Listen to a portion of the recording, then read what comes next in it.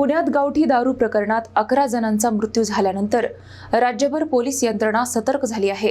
याच पार्श्वभूमीवर अकोला स्थानिक गुन्हे शाखेने बार्शीटाकळी तालुक्यातील सिंदखेड मोरेश्वर येथे मोठी कारवाई करत हतबट्टी उद्ध्वस्त केली आहे।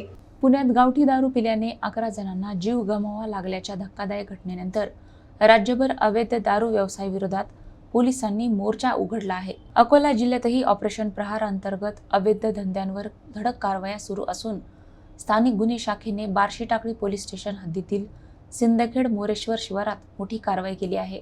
गुप्त माहितीच्या आधारे टाकलेल्या छाप्यात संजय हरिलाल केवट, रमेश पंचू केवट आणि भीमराव दशरथ वानखडे हे गावठी हतबट्टी दारू गाळताना आढळून आले। पोलिसांनी घटनास्थळावरून तब्बल 1245 लिटर मोहमाचा सडवा, 55 लिटर गावठी दारू तसेच दारू निर्मितीसाठी वापरण्यात येणारे साहित्य जप्त केले।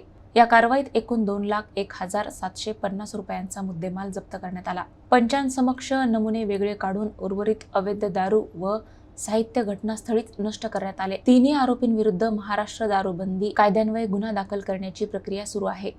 पोलीस अधीक्षक अर्चिक चांडक आणि अपर पोलीस अधीक्षक बी चंद्रकांत रेड्डी यांच्या मार्गदर्शनाखाली स्थानिक गुन्हे शाखेच्या पथकाने ही यशस्वी कारवाई पार पाडली। अवैध दारू व्यवसायाविरोधातील अशा कारवाया यापुढेही अधिक तीव्रतेने सुरू राहणार असल्याचा इशारा पोलिसांनी दिला आहे।